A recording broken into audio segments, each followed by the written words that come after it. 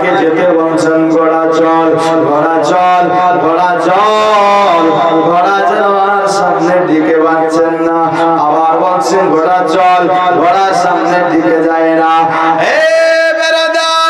ইমাম হোসেন আপনার বারবার বলে ঘোড়া চল, ঘোড়া চল, কিন্তু ঘোড়া যেন সামনের দিকে যায় না।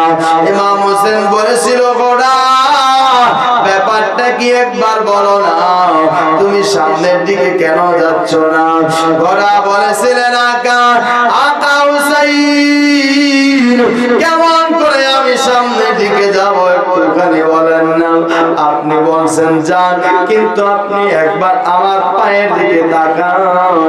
ও আকা, আমার পায়ের দিকে দেখেন, আমার পায়ের সামনে আপনার বেটি সাকিনা যেন শুয়ে রয়েছে।